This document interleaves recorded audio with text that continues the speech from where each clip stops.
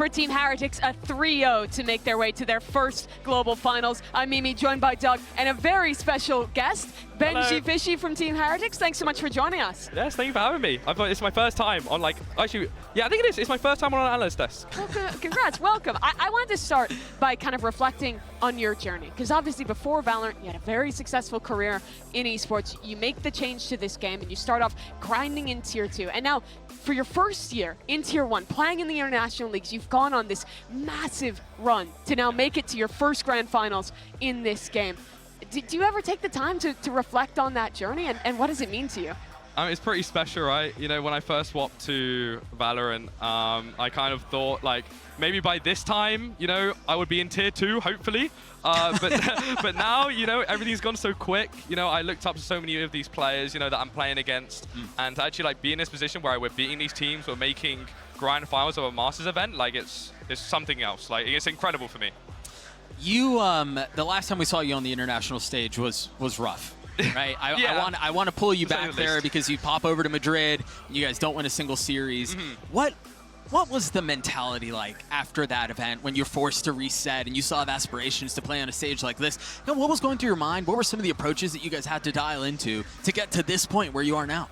I think we kind of just took Madrid as like an experience, you know, like for a lot of us it was our first ever international LAN, and obviously like we played against Sentinels and Paper X, like they won the top one team and the third team, so it's like, you know, we kind of got a bad draw, I guess. Sure. But I think for a lot of us it's kind of just getting the experience. I think that's kind of where we are today. I don't think if we had that sort of experience from losing in Madrid, we would be anywhere near here today. So yeah, it's all like a snowball. Sure. And to kind of continue to kind of have that reflection, saying like you're surprised you're here at this point. Yeah. I remember when you were back watching Boaster and Fnatic have all the success. You'd be watch partying their games. You were a massive fan. Now they're out of the tournament, and you probably didn't see, but Boaster did a halftime interview where he was up there talking about your team and your journey and what a player you've kind of become now. What's it like to have those roles reversed now and be in this position? Man, that is really cool. I mean, yeah, Boast is the player I look up to the most. Like his journey, you know, it was kind of when I first started watching Valorant where they weren't like the greatest. Like they would make these, I mean, they were called chokers, right? Yeah, for a while. The choke-natic narrative, and then, like, eventually they just started winning, man. Like, and I think that like story of just like Boast just not giving up, I think it's really, really cool, and it's something I aspire to be like.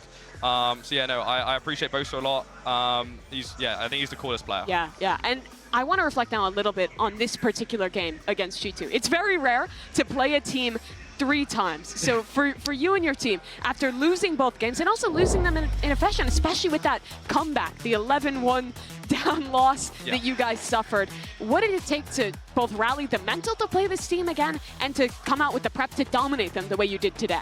I mean, if I'm being dead honest, I knew we were better than them. Like, after the second game, like, sure, we lost when we were 11-2 up, right? Like, we shouldn't have done that. But the fact we even got to that point, like, I think that shows that we are just, like, we are better than them. I think it was kind of on us that we didn't close it out. So, yeah, I think that was the main thing. Like, we were super confident knowing that we are better than them and that we had everything that it took to win today.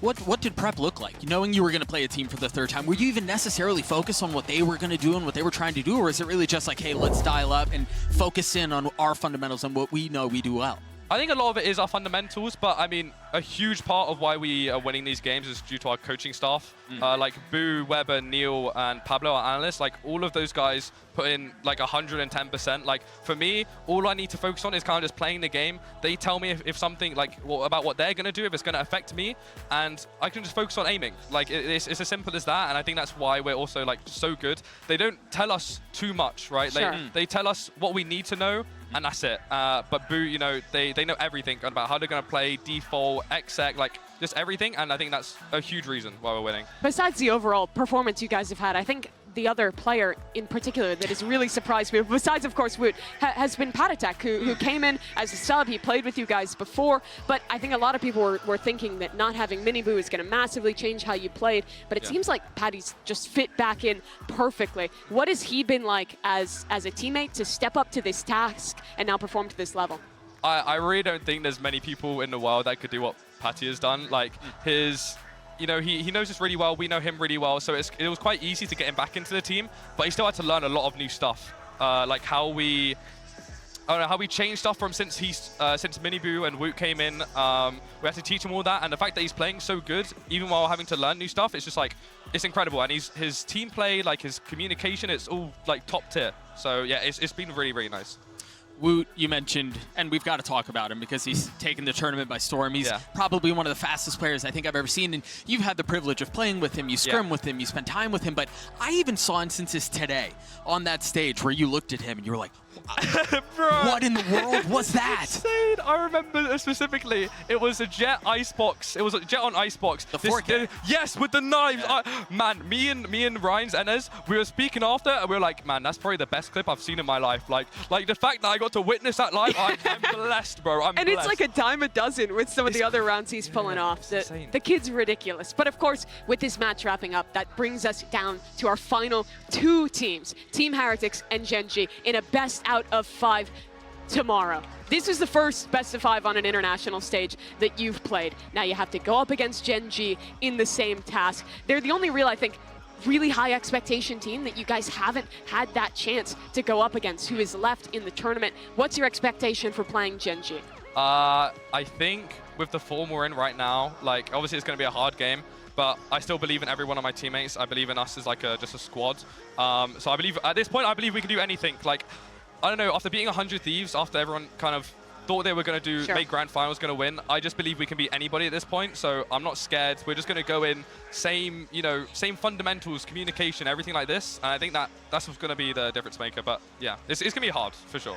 Yeah, well, we want to get you some time to prepare for that best out of 5 tomorrow. But before the grand final even gets underway, you are not going to want to miss the show match in our pre-show. Team China will take on Team International, and they'll play a brand new map. Benji, I know some of the teams got to get a little sneak preview of the map. You did? Yeah. You can't really say too much, but how excited are you to see it? I'm pretty excited. I'm not going to lie. It looks like a pretty fun map. But I don't want to get in trouble, so I'm not going to say anything else. All right, well, we won't get you in trouble, and we'll let you get on with your prep to get ready for that grand final tomorrow. But, folks, thank you so much for joining us. And, Benji, once again, congratulations, and thanks for the interview. Thank you very much. Thank you for having me. All right, well, that wraps us up for today. Of course, that show match and grand finals here for Masters Shanghai are coming your way tomorrow. You won't want to miss it.